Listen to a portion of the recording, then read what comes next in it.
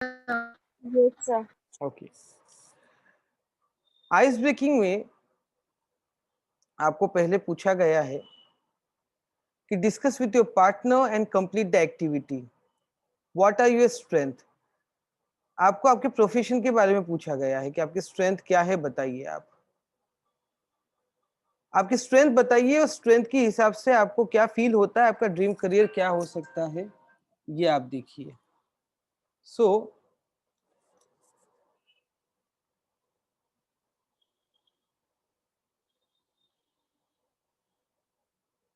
अगर हम बात करते हैं पेंटिंग की, ड्राइंग की, तो you can visualise, you can express, commercial artist या कार्टूनिस्ट आप बन सकते हो। ऐसी अलग अलग स्ट्रेंथ और उसका अलग अलग मीनिंग होता है। मैंने इसके आंसर्स ऑलरेडी बना के रखे हैं, जिसके साथ मैं आपको बता देता हूँ कि आपके और कौन सी स्ट्रेंथ का और क्या मीनिंग हो सकता है।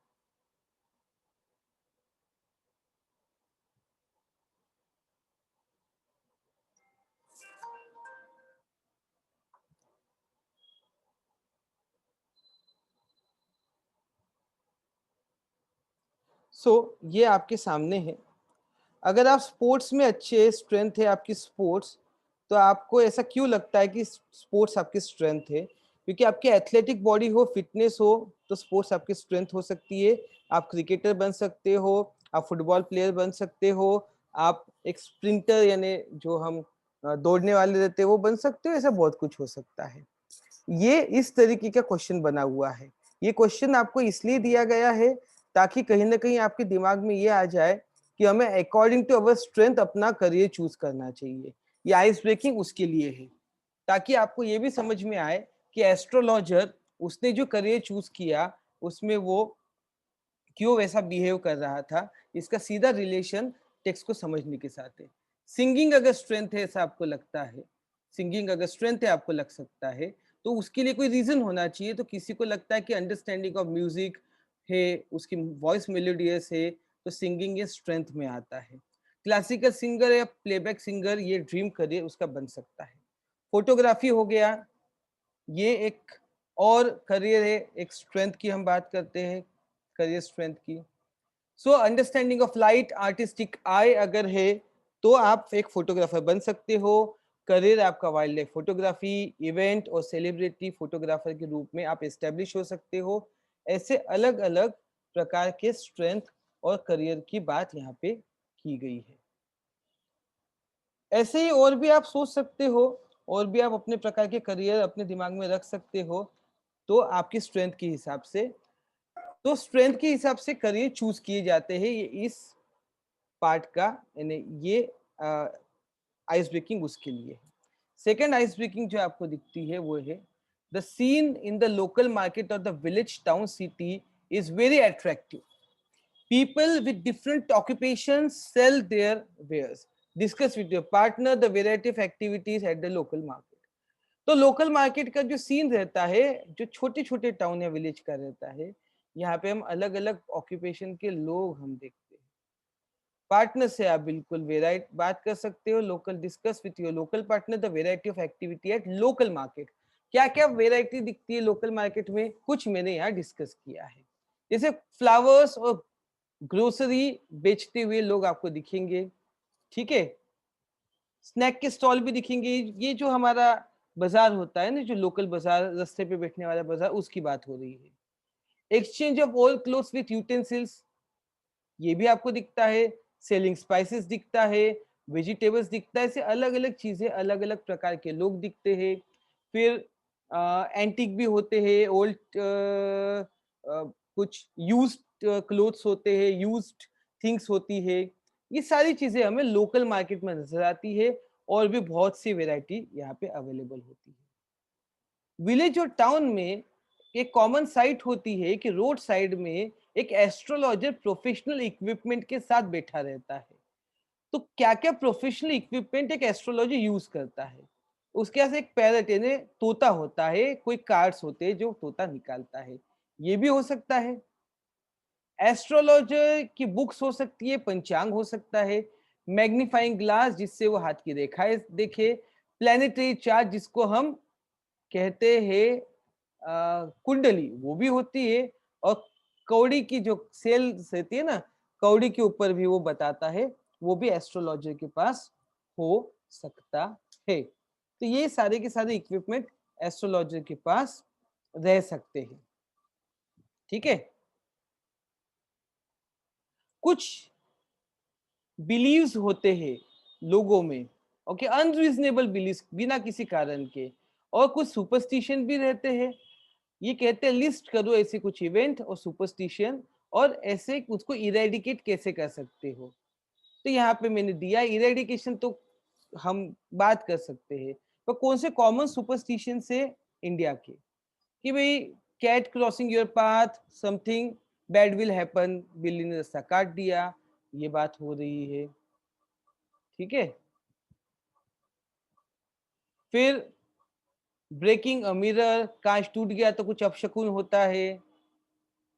ट्विंकलिंग ऑफ द आई, आंख फड़फड़ाना, एक आंख फड़फड़ाई, दाई आंख फड़फड़ाई तो कुछ गलत होगा। Do not swept after sunset, रात को झाड़ू नहीं लगाना, लक्ष्मी बाहर जाती है। हैंगिंग लेमन एंड 7 चिलीज, नींबू मिर्ची को टांगना, तो जो इविल आई है वो हम कास्ट नहीं कर सकते ना, इविल आई कास्ट करना है, नजर नहीं लगती है। फिर कहीं ना कहीं नमक घिस जाना को भी हम सुपरस्टिशन मांगते हैं।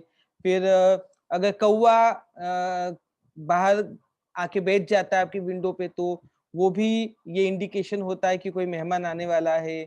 चप्पल उल्टी हो जाना अपशकुन माना जाता है।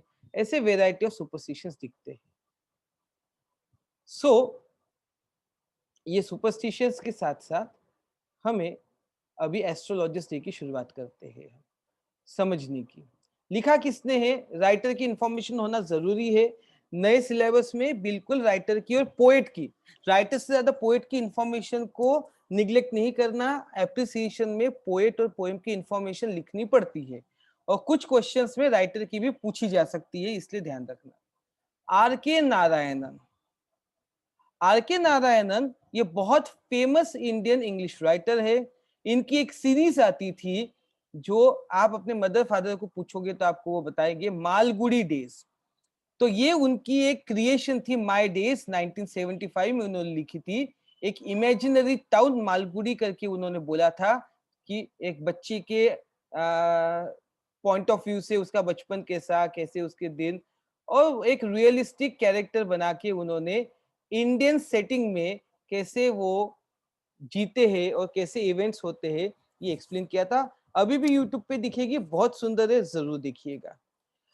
इनकी खासियत क्या है, he is very compassionate for humanism, और celebrate human and energy of ordinary life. इनके राइटिंग में आपको ह्यूमर और एनर्जी जरूर दिखेगी। राइटिंग सिंपल है और एक सटल ह्यूमर दिखता है, हंसाने के तरीके रहते हैं। अमेरिकन रीडर्स को भी बहुत पसंद आते हैं मिस्टर नारायणन, और मिशिगन स्टेट यूनिवर्सिटी प्रेस ने भी इन्हें पब्लिश किया है।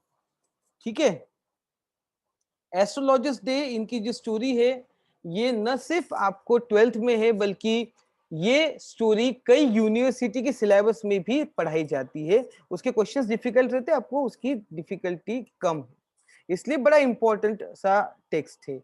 साहित्य एकेडमी अवार्ड भी मिला है, और बहुत रिस्पेक्टेड नेम है। जनरली ही टॉक्स अबाउट पिक्यूलरिटीज, यानी अजीबोगरीब पना जो रहता है ह्यूमन रिलेशंस का, और irony of Indian daily life, इसकी बात करते हैं। सो एस्ट्रोलॉजिस्ट डे इनका एक बहुत ही पॉपुलर सा टेक्स्ट है। एन एस्ट्रोलॉजिस्ट डे शुरुआत कैसी होती है? Punctually at mid day he opened his bag and spread out his professional equipment, which consisted of a dozen codicils, square piece of cloth with obscure mystic chart on it, a notebook and a bundle of Parmira writing. वो कहते सही समय पे वो आ गया, अपनी जगह पे आके बैठ गया, और बैठते ही उसने अपने प्रोफेशनल इक्विपमेंट बाहर निकाल दिए, धंधे की जो चीजें थी। क्या क्या था, तो आप ये चीजों को, आपके पास बुक अगर है तो जो जो बताता हूं उसको अंडरलाइन कर लेना। तो 5 चीजें यहाँ दिखती है। डजन्स ऑफ कौड़ी, यानी कौड़ी की जो सेल्स है वो थी। एक कपड़ा था जिसपे ऑब्सक्यूर मिस्टिक चार्ट बने थे। यानी ऑब्सक्यूर का मतलब होता है जो समझ में नहीं आते, डिफिकल्ट टू अंडरस्टैंड, मिस्टिक यानी रहस्यमय से चार्ट बने थे। एक नोटबुक भी थी, बंडल ऑफ पारमेरा राइटिंग, पारमेरा यानी जिसपे हाथ, पामिस्ट्री को समझने के लिए जो राइटिंग होती है, ऐसे हाथ की जो रेखा है, कौन सी रेखा क्या बोलती है, हार्ट लाइन, फेथ लाइन, वो वाली जो एक आपको पेपर दिखता है ना, वो वहां पे दिखता है। तो ये बंडल वहां पे आपको नजर आता है, ये उसने निकाल के रख दिया। A1 के लिए या A2 के लिए क्वेश्चन आ सकता है, 5 क्वेश्चंस होते हैं ना, तो ये जो पार्ट है A1 या A2 के लिए आ सकता है। मैंने वैसे बनाए हुए हैं, फिर भी आपको बता रहा हूँ क्योंकि आप उसको हाईलाइट करके रख लीजिए, आपके काम आएंगे। एस्ट्रोलॉजर दिखता कैसा है, तो उसका फोरहेड जो है वो रेस्प्लेंडेंट यानी उभार पाया हुआ था, ब्राइट था, डेजलिंग था, इंप्रेसिव था, यानी चमकदार था, दिख रहा था, चमक रहा था, यानी रोशनी से चमक नहीं, बट उभरा, एक थोड़ा अट्रैक्टिव सा था। उसका फोरहेड अट्रैक्टिव था क्योंकि उसने उस पर सेक्रेट ऐश यानी पवित्र भभूत लगाई हुई थी, वर्मिलियन यानी सिंदूर लगाया था, सिंदूर का टीका, और जो भगवान शिव के ऐसे 3 हाथ से जो भभूत लगाते हैं ना, वैसा वो दिखता था। यहाँ पे उसका एक फोटो भी दिया हुआ है, आपको समझने में मदद हो जाएगी इससे कि एस्ट्रोलॉजर कैसे दिखता था। तो फोरहेड चमक रहा था, eyes sparkle with sharp abnormal gleam, आंखें भी चमक रही थी जिसमें एक शार्प सी एबनॉर्मल ग्लिम थी, यानी बहुत तेज अजीब सी चमक थी। क्यों चमक थी, रीजन क्या था, A3 का क्वेश्चन रहेगा कि why do you think there was smirk abnormal gleam at astrologers in astrologer's eyes. तो मुझे क्वेश्चन बता रहा हूं, आपके पास एक कॉपी होनी चाहिए या बुक में ही आप वहां पे पेंसिल से नोट करना चाहिए आपने। ये क्वेश्चंस कई बार सिखाते सिखाते निकलते हैं, तो आपके लिए जरूरी है, और मैं सभी क्लासेस में बताता हूँ, सभी ने इसको नोट करके रखना चाहिए। वो ये बता रहा है कि फोरहेड, ये चमकदार फोरहेड था, और आंखें भी उसकी एकदम शार्प एबनॉर्मल ग्लिम थी। क्यों ये चमक थी, which was really an outcome of continuous searching looking for customer, क्योंकि वो अपनी इन आंखों से कंटिन्यूस कस्टमर को सर्च करते रहता था। तो हम कभी कभी देखते हैं ना, लोग ऐसे बैठ के ऊपर की नजरों से देखते रहते हैं, हमें वो बड़े अट्रैक्टिव लगते हैं क्योंकि वो ऑब्जर्व करते कि कौन उनका पोटेंशियल कस्टमर है। पर लोगों को समझता है कि नहीं समझता, उसकी जो सिंपल क्लाइंट थे, but which his simple clients took to be a prophetic like and felt comforted। वो उनको एक प्रोफेटिक यानी प्रोफेट से ये वर्ड आया प्रोफेटिक। तो हम जब किसी भी संत महात्मा की तस्वीर खरीदते हैं, तो पीछे से एक आभा, ऐसा एक चमकदार ऑरा रहता है ना।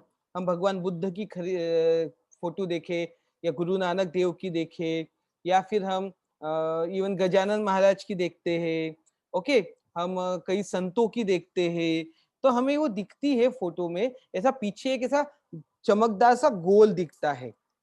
तो ये जो रहता है, इसको प्रोफेटिक लाइट कहा गया है।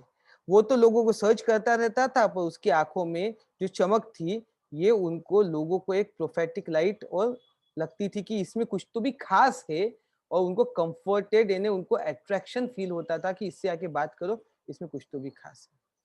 The power of his eyes was considerably enhanced by their position placed as they were between the painted forehead and the dark whisk which streamed down his cheek। क्या है इस लाइन का मतलब, क्या है इसका मतलब, वही उसके आंखों की जो पावर थी, जो वो देखता था तो बड़ी बड़ी आंखें चमकदार हो जाती थी, जैसे यहाँ पे ग्लिम बताया, एबनॉर्मल ग्लिम, ये और भी एनहांस हो जाती थी क्योंकि उनकी पोजीशन कैसी थी कि एक पेंटेड फोरहेड, ऊपर का फोरहेड पेंटेड, और डार्क व्रिस्क, और बड़े बड़े व्रिस्क का मतलब क्या होता है, दाढ़ी जो मूछों तक आ गई ना। फिर इसका फोटो देख लीजिए आप, तो आपको समझ में आएगा। ये देखिए जो दिख रही है ना दाढ़ी, ये ऐसी, ये मेरा आप बता रहा हूँ, तो ये मूछे और दाढ़ी मिली हुई है, जो जनरली आप राजस्थान में लोगों के पास देखते हैं कि नहीं, या पुराने इसमें मूछे दाढ़ी ऐसी मिली हुई। रिस्क का मतलब होता है, इसका मीनिंग देख लीजिए, लिख लीजिए सब लोग, क्योंकि वोकैबुलरी में पूछा तो आपके पास मीनिंग होना चाहिए। तो ये रहते हैं जो थिक हेयर रहते हैं, जो जनरली मैमल्स के चेहरे पे या उनके आंखों के ऊपर रहते हैं, उसको व्रिस्क कहा जाता है। तो वो ये कह रहा है कि उसकी आंखें एकदम एनहांस थी क्योंकि उनकी पोजीशन ही थी पेंटेड फोरहेड के ऊपर थी। Dark risk which stream down his cheek. तो वो कल्लों से लेके, जिसे हम कहते हैं, वहां से लेके तो चीक तक वो आके, और मूंछों से लेके दाढ़ी तक, वहां तक चीक तक फैली हुई थी उसके बीच में, और पेंटेड फोरहेड के बीच में उसकी आंखें थी, तो बहुत अच्छा चमकदार दिखता था। ठीक है, even half wits eyes would sparkle in such a setting. तो आधी भी अगर वो चमकदार आंखें हो या खुली आंखें हो, तो ऐसी सेटिंग में वो चमकीली दिखेगी, उभरी हुई दिखेगी, अट्रैक्टिव दिखेगी, ऐसा राइटर कहते हैं। अब ये उसका अपीयरेंस हो गया। अपीयरेंस में और एक क्राउन द इफेक्ट यानी और एक बड़ी बात थी, वो ये थी कि saffron colour turban around his head, वो सर के ऊपर सेफ्रन कलर की टर्बान लगाता था, यानी उसने फेटा बांधा हुआ था, जो उसको एस्ट्रोलॉजर ऑथेंटिक बनाता था। ये कलर स्कीम कभी फेल नहीं होती। जिस प्रकार से उसने कलर स्कीम लगाई थी, सर पे भभूत, टीका, भगवा टोपी और मूछे, और ये सब कभी फेल नहीं होती। People were attracted to him. लोग उसकी तरफ, जैसे मक्खियां, मधुमक्खियां अपने कॉस्मोस या दलिया स्टॉक की तरफ आती है। ये दलिया स्टॉक का मतलब है मैक्सिको का एक पौधा है। तो मक्खियां जैसे भिनभिनाती है अपने फूल के पास या कुछ खाने के लिए, वैसे लोग इसके पास अट्रैक्ट होके आते थे। कहाँ बैठता था ये? Sit under the blocks of the spreading tamarind. Tamarind का मतलब होता है इमली, सब लिख लीजिए, इमली के झाड़ के नीचे बैठता था। तो ट्रू और फॉल्स के लिए अगर पूछा जाएगा कहाँ बैठता था, तो इमली का झाड़, ये इसका आंसर है। टेमेरिंड ट्री, इतना आप अंडरलाइन करके लिखिए। तो कहाँ बैठता था? तो स्प्रेडिंग ऑफ टेमेरिन ट्री, इमली के झाड़ के नीचे बैठता था। कहाँ था इमली का झाड़? तो ये एक रनिंग पाथ, तो path running through the town hall park. तो ये एक ऐसा रास्ता था जो टाउन हॉल पार्क के बीच से या उसके बाजू से जाता था। टाउन हॉल वो मेन सिटी का हॉल रहता है, मेन मार्केट, जिसे अपने नागपुर में महल में टाउन हॉल है। ठीक है, तो ये जो टाउन हॉल है ये बड़ा इंपॉर्टेंट रहता है। सो ये टाउन हॉल में वो रहता था, और वहां पे वो एक पास जाता था, वहां पे he was sitting. It was a remarkable place in many ways. बहुत वजह से बहुत अच्छी जगह थी। अब एक क्वेश्चन बनेगा कि रिमार्केबल प्लेस क्यों थी in many ways, what was remarkable about town hall, ऐसा क्वेश्चन बनेगा। तो आंसर क्या क्या है, क्यों जगह अच्छी थी? पहली बात थी, a surging crowd was always moving up and down this narrow road from morning till night। यानी एकदम बड़ी भीड़ यहाँ पे सुबह से शाम तक इस नैरो रोड पे सुबह से शाम तक घूमती रहती थी। क्राउड घूमता रहता था इस नैरो रोड पे morning to evening. Variety of trades वहां पे चलते थे, अलग अलग प्रकार के ऑक्यूपेशन के लोग वहां पे आते थे। कैसे कैसे लोग? मेडिसिन बेचने वाले, स्टोलन हार्डवेयर और जंक बेचने वाले, मैजिशियंस। इसलिए अब समझा होगा आपको शायद से आइस ब्रेकिंग क्यों जरूरी है। मैजिशियंस रहते थे, ऑक्शनर ऑफ चीप क्लॉथ्स, सस्ता माल कपड़ा बेचने वाला, who created enough din all day to attract the whole town, जो इतना चिल्लाता था, इनफ डीन, डीन यानी चिल्लाना, कि पूरा का पूरा जो टाउन है वो अट्रैक्ट हो जाता था। पूरा का पूरा जो टाउन है वो उसकी तरफ खींच लेता था, इतनी जोर जोर से बातें करता था। Next to him was ferociousness.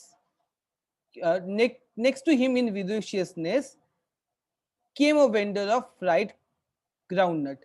तो भुनी हुई मूंगफली बेचने वाला, उसी की लॉयड नाउस को ऐड करने वाला, क्योंकि ये तो चिल्लाता ही था कपड़े वाला, और उसकी बड़ी आवाज को ऐड करने वाला एक और व्यक्ति था, वो था फ्राइड कोकोनट का सेलर।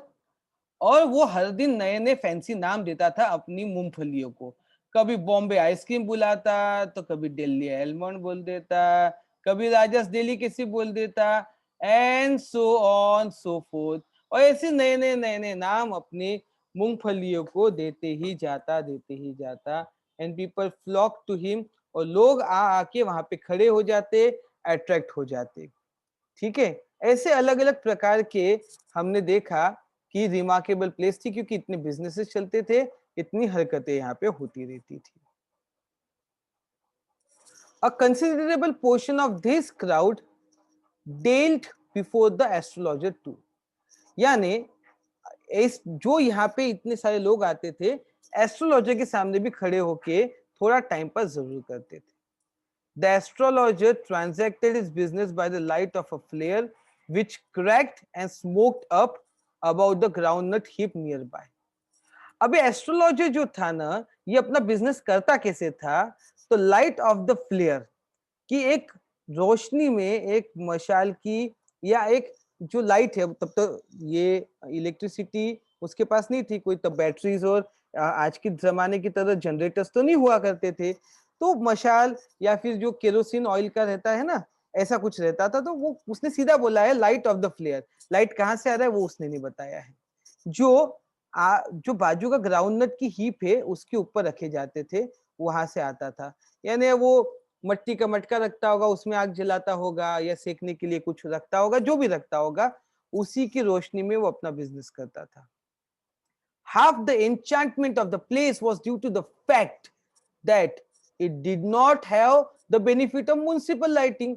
Enchantment यानी उसका मैजिकल इफेक्ट, मजा उसका जो था वो इस वजह से था क्योंकि यहाँ म्युनिसिपल लाइटिंग बिल्कुल भी नहीं थी, ऊपर स्ट्रीट लाइट नहीं थी, जो था लोगों के पर्सनल लाइट छोटे मोटे वही थे। और उस समय तो आप समझिए कि लाइट कैसे रहेंगे, तो लकड़ी जला के या मशाल जला के ऐसी ही लाइट रहेंगे। The place was lit up by shop light, जो आजू बाजू की शॉप्स रहती थी उसमें के कुछ लाइट आ गए। वन और टू हैड हिस्टिंग गैस लाइट्स, हिस्टिंग यानी जो फड़फड़ाते हैं ना, कम ज्यादा होते रहते, वैसे कि किसी के पास लाइट्स ये थे, गैस लाइट्स थे। नेकेड फ्लेयर्स भी थी, जो पोल्स पे नेकेड फ्लेयर यानी मशाले जो फ्लोर अपना पोल्स पे लगा दी जाती थी। Some were lit up by the old cycle lamp. कोई साइकिल पे लैंप लेके आता था, और वन और two like the astrologer manage without light of their own. Astrologer की तरह भी कुछ लोग थे बेचारे जिनके पास लाइट नहीं थी, वो दूसरों के लाइट पे डिपेंडेंट रहते थे। It was a bewildering crisscross of light rays and moving shadows. Bewildering का मतलब होता है कंफ्यूजिंग, तो कहीं पे लाइट है, कहीं पे शेडोज है, ऐसे क्रिस क्रॉस यानी जैसे जेब्रा क्रॉसिंग में अंधेरा और उजाला रहता है ना, ऐसा वो एक्सप्लेन कर रहा है। ऐसा मूविंग शेडोज और लाइट रेस, इसकी वो हमेशा कंफ्यूज करने वाली जगह रहती थी। लोग जाते तो अंधेरा हो जाता था, या कभी उसमें कोई उजाला होता था, ऐसी वो जगह थी। ये जगह एस्ट्रोलॉजर को बड़ी सूट करती थी, सिंपल रीजन के लिए, that he did not in the least intended to be an astrologer when he began life. जिंदगी में जब शुरुआत की थी, उसका कोई इंटेंशन एस्ट्रोलॉजर बनने का था ही नहीं, उसको एस्ट्रोलॉजर बनना ही नहीं था। And he knew no more of what was going to happen to others than he knew what is going to happen to himself next minute. और वो इतना ही अनजान था खुद के बारे में, दूसरों के बारे में, जितना खुद के बारे में था। यानी जितना उसको खुद के बारे में वो फ्यूचर में क्या होगा उसको समझ नहीं थी, उतनी ही उसको किसी दूसरे के भविष्य की भी समझ नहीं थी, क्योंकि वो एस्ट्रोलॉजर बाय प्रोफेशन नहीं बाय फोर्स था। इसलिए पहला जो आपको आइस ब्रेकिंग दिया गया, स्ट्रेंथ और प्रोफेशन, इसके लिए दिया गया है। तो बिगिनर ऑफ लाइफ बनना नहीं चाहता था, और वो अगले मिनट उसके साथ क्या होगा ये भी उसको पता नहीं था। He was as much as a strange to the stars as were his innocent customer. जितने बेचारे भोले वाले कस्टमर अनजान थे सितारों से, उतना ही वो था। Yet he said things which pleased and astonished everyone. फिर भी बात ऐसी करता कि लोग खुश हो जाते और आश्चर्यचकित हो जाते। That was more a matter of study, practice and shrewd guesswork. और क्यों उसको ये आ गई थी ये ताकत, क्यों अच्छी बात कर लेता था, क्योंकि ये चार उसकी में क्वालिटी थी, matter of study, practice and shrewd guesswork. यानी प्योर गेसवर्क से, प्रैक्टिस स्टडी से वो ये कर सकता था। All the same, it was as much as the honest man's labor as any other. He deserved the wages he carried home at the end of the day. तो वो बोलता है ऐसा मत समझो कि वो क्रूक है, जितना एक ऑनेस्ट मैन को मेहनत करके कमाना पड़ता है, उतना ही ये भी मेहनत करता था, और जो दिन के एंड में उसको कमाई मिलती थी, वेजेस मिलती थी, इसको वो पूरा डिजर्व करता था। मेहनत बहुत थी, सिर्फ बेवकूफ बनाने का काम नहीं था।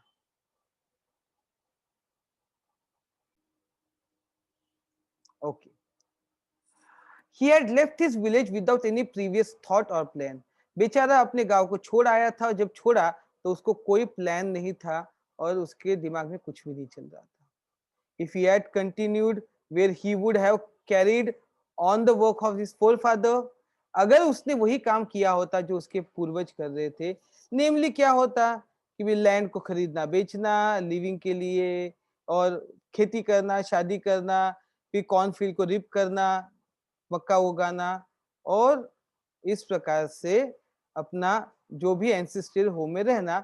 अगर वो वहां पे रुका होता तो वो यही काम कर रहा होता, but that was not to be, पर वैसा हुआ नहीं। He had to leave home without telling anyone, किसी को बिना बताए घर छोड़ना पड़ा उसको। रेस्ट नहीं कर सकता था till left it behind a couple of 100 mile, जब तक कई आगे नहीं आ गया, कपल ऑफ 100 माइल, 200-300 किलोमीटर नहीं आ गया, तब तक रुक नहीं सकता था। एक विलेजर के लिए ये बहुत बड़ी चीज होती है, जैसे कोई ओशन को पार करके आना हो। If N ocean flooded between, जैसे कि कोई एक समुद्र आ गया और अपने घर वापस नहीं जा सकता, ऐसा उसका समय था। क्यों आया, क्या रीजन था एस्ट्रोलॉजर का, ये अभी तक क्लियर नहीं है, आगे चल के समझेगा। He had a working analysis of man's trouble, व्यक्ति की तकलीफ क्या है इसका बहुत अच्छा उसको अंदाजा था। क्या तकलीफें रहती है, या तो शादी की तकलीफ, पैसे की तकलीफ, and the triangles of human tries, या उसका खुद के स्वभाव की तकलीफ। ठीक है, ये उसकी तकलीफें थी। ही हैड वर्किंग एनालिसिस, बहुत अच्छे से एनालिसिस था उसका। Long practice has sharpened his perception, within 5 minutes he understood what was wrong. बिल्कुल 5 मिनट में समझ जाता क्या प्रॉब्लम थी, क्योंकि लंबे समय से प्रैक्टिस करके परसेप्शन उसका स्ट्रांग हो चुका था।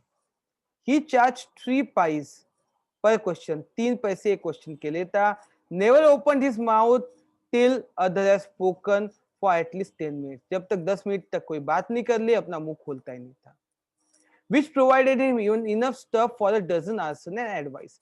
अब एक सवाल ये है कि वो क्यों अपना मुंह नहीं खोलता था 10 मिनट तक, तो इसलिए क्योंकि वो दूसरों को बोलने देना चाहता था, जिससे उसको स्टफ मिल जाए, ताकि वो डजन्स ऑफ आंसर एडवाइस दे सके। When he told the person before him, gazing at his palm, in many ways you are not getting the fullest result of your effort. जब वो ये बोलता कि देखो तुम मेहनत तो बहुत करते हो, तुम्हारे एफर्ट के हिसाब से रिजल्ट नहीं मिलता, 9 out of 10 they dispose to agree with him. 10 में से 9 लोग एग्री करते, सही बोल रहे हो, बहुत मेहनत करता हूँ, किसको नहीं लगता वो मेहनत करता है, और मदद नहीं मिलता। या वो क्वेश्चन करता, is there any woman in your family, may be even a distant relative, who is not well dispose towards you, कोई लड़की है तुम्हें पसंद है, तुम्हें भाव नहीं देती, तो वो भी लोगों को समझ में आता। या वो बोलता कि कैरेक्टर का एनालिसिस दे देता कि most of your troubles are due to your nature, अरे तुम्हारा नेचर ही खराब है, तुम्हारी वजह से तकलीफ है। अगर ये तीनों भी काम नहीं चलते, अब ये क्वेश्चन बनता है कि क्या आंसर्स देता था, तो ये 3-4 आंसर्स आपके सामने दिख रहे हैं, क्या एनालिसिस में आंसर्स देता था। फिर ये भी काम नहीं बनता, तो how can you be otherwise with Saturn where he is, अरे भाई अगर तुम्हारे ये शनि नहीं बैठा होता तो तुम कुछ और होते। ऐसे अलग अलग वो बातें करता। यू हैड एन इम्पेटियस नेचर, यानी एकदम ही इम्पल्सिव अलग सा नेचर है, एंड रफ एक्सटीरियर, और तुम्हारा बोलना बहुत रफ है, ऐसा वो दिखता। This endeared him to their hearts immediately, for even the mildest of us looks to think that he has a forbidding exterior. अब सभी को लगता था, सभी के दिमाग मन को लाइक कर लेता, सभी को लगता था कि भाई हमारा एक्सटीरियर जो रफ एक्सटीरियर है या फॉरबिडिंग है, लोग हमसे प्यार नहीं करते, थोड़ा सा प्रॉब्लम है, तो ये वही जवाब देता जो सामने वाले के मन के जवाब होते